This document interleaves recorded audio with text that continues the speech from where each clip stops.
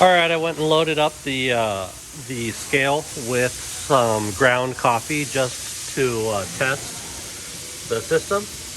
A couple things to note also, when you there is a baffle inside of the hopper, and what that is designed to do is when you have that all full with product, that's a lot of weight, and when you have a lot of weight pushing down on the product, it might tend to jam the cone or make it flow a little bit differently. So we have what's called a drop-in baffle inside of there that will actually remove some of the pressure from the weight and gets the product to flow.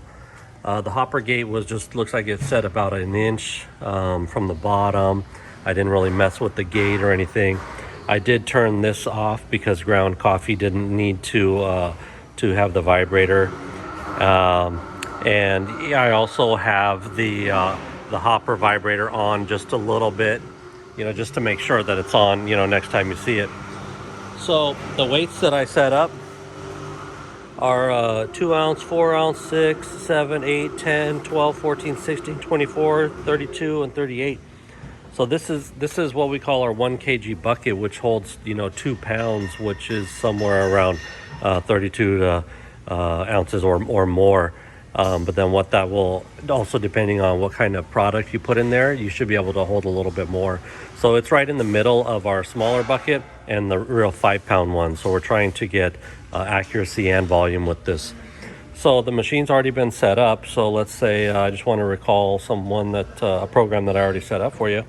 So let's say we'll recall program 16 for 16 ounce, right? Okay, so you're going to dump the bucket by pressing 5.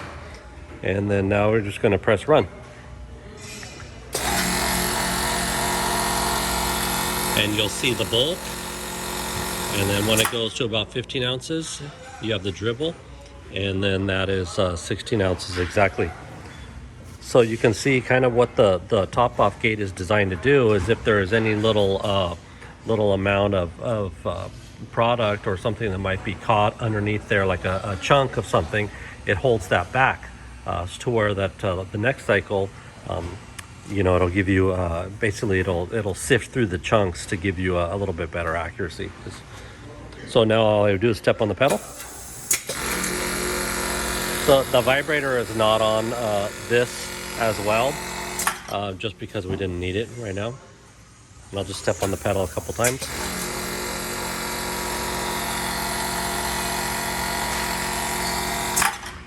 And one thing to note too is, let's say when you're going to load the hopper, obviously you're going to have to stand on a little stool. But what I recommend is when you first load it, that you put maybe a towel or you put something down here to block it. Because if you, and also when you put the bag or you put whatever you're loading it with, try to, put it gently in the beginning, just so that it doesn't, if you just throw a 50-pound bag of flour in there, it's going to poof up all over the place. So you want to kind of, prevent that by just putting like a rag or something in there once you start loading it. And then once you have the hopper full, you can simply just pull that out. So let's say I want to run a different program. Let's say sort of stop it, dump it. And I think one of the programs was 32 ounces, so I'm going to recall 32. I already made sure the bucket was empty, and I'm going to press start.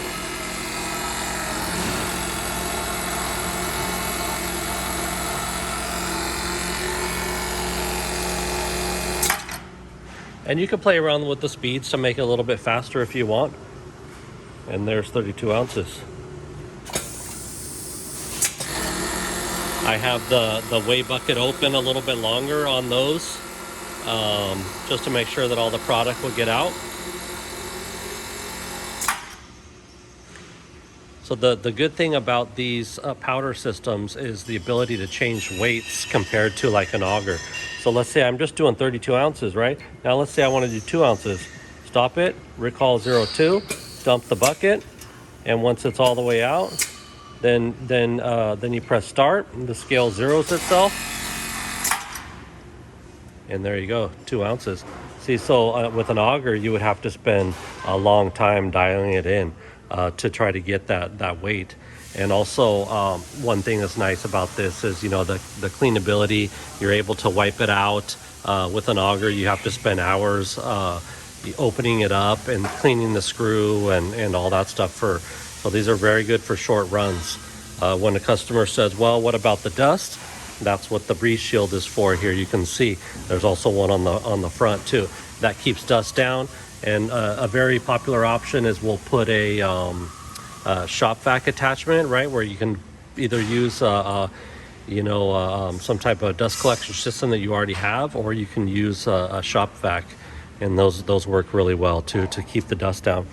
You know, depending on what we have here, if product seems to be dusty or fly out, there's several different things that we can do to cover that as well. But the good thing about the open funnel is, let's say you're running something that might get stuck, you have the ability to actually, you know, do this while you're loading the bag as well. So, you know, there's several different trade-offs for that. But yep, so this machine is ready to go, and we're gonna pack it up. Oh, also one more thing. Funnel vibrator timer. So you might find that you want this vibrator to be on more or less, and so you just would adjust the time here to whatever you want. Stop it, dump it, and you're ready to rock. All this stuff is quick disconnect, so you can clean all this if you wanted, take them off and wipe them off. And but yeah, that's it.